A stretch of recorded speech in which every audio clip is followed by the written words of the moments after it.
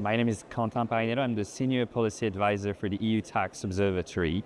The EU Tax Observatory is an independent research lab that works on tax evasion and the intersection between tax and inequality to provide new research material to bridge the discussion between academia, civil society, and policymakers.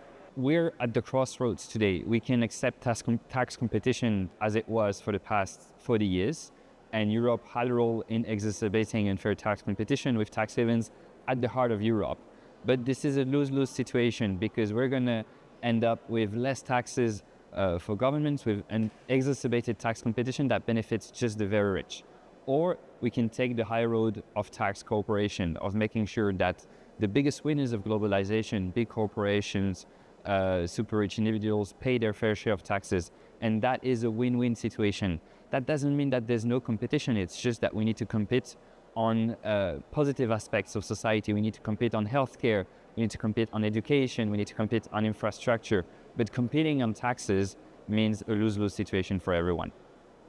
Well, trade unions, first of all, they're citizens. So it's the linchpin of democracy, right? Who do you ask to contribute and for what? And taxes are used to fund the public goods.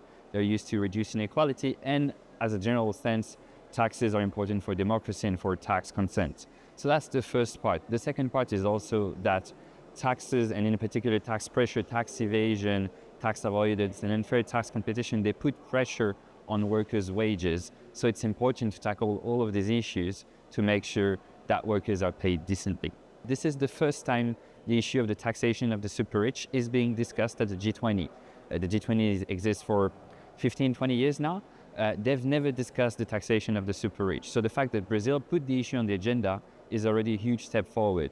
And they commissioned Gabriel Zucman, the head of the EU Tax Observatory, for a report on, what's the feasibility of a minimum tax on the super rich. We're releasing that report next Tuesday. And essentially what that report says is that the most efficient way to tackle the regressivity of a tax system is through a minimum tax.